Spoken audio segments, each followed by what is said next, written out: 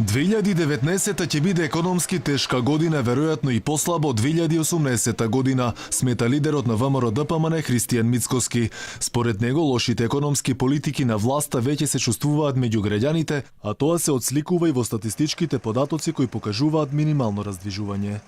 Нема да имаме економски бум во 2019 година, напротив, послушајте нас што ви говориме, лошо ја водите работата, ја губиме државата, економијата ни тоне, народот е разочаран, луѓето се иселуваат, нема реформи, се што ветивте ништо не исполнивте.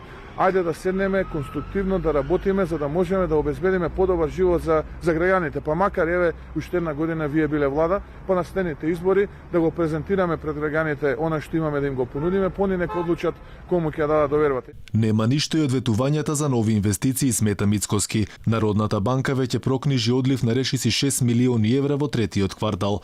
Ваквата ситуација се гледа и на терен. Струмичката зона која речиси празна ја посети лидерот на ВМРО ДПМН. Овдека се наоѓаме пред зоната Сачево, која што беше ветена од страна на Зоран Заев пред многу години, дека ќе бидат изградени 16 фабрики и дека ќе работат до 1500 граѓани, жители на општина Струмица, но и околните општини кои што гравитираат околу општина Струмица. Како што можете да видите, години потоа оваа зона е празна, нити една фабрика немаме, нити едно ново вработување.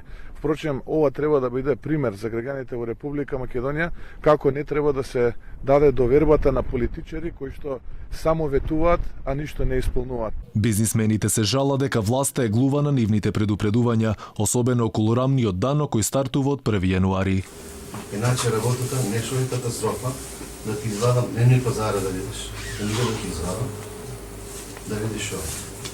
Лидерот на ВМРО ДПМН им вети на бизнисмените дека штом неговата партија се врати на власт, ќе го врати и рамниот данок. Потоа ќе зголеми поддршката за домашните компании, но ќе работи и напорно за привлекување на нови странски инвестиции.